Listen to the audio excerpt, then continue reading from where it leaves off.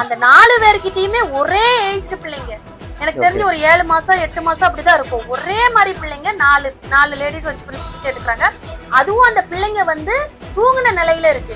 இது எப்போ பாத்தீங்க அப்படின்னா மத்தியானம் ஒரு 1 மணி இருக்கும். 1 மணிக்கு எப்படி வெயில் அடிக்கும் சென்னையில, அந்த ஒரு வெயில்லையும் அவங்க வந்து அந்த குழந்தைகளை வந்து வச்சு பிச்சை எடுக்கும் போது அந்த குழந்தைங்க தூங்குறது. இப்போ சாதாரணமா ஒரு கை குழந்தை வந்து வெளியில நம்ம இல்ல மேடம், இப்போ நீங்க சொல்றது வந்து ஒரு மிகப்பெரிய ஒரு விஷயம் மேடம். இது வந்து பெரிய மாஃபியா அதுல இருக்கு. சோ இப்போ வந்து நம்ம வந்து இத பத்தி ஆராய்ச்சி பண்ணணும்னா நம்மளோட உயிருக்கே ஆபத்துகள் வரலாம்.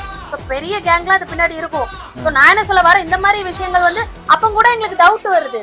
இந்த மாதிரி எப்படி 4 குழந்தைங்களும் ஒரே ரேஞ்ச்ல இருக்கு. அது மட்டும் இல்லாம 4 குழந்தைங்களுமே தூங்கிட்டு இருக்கு.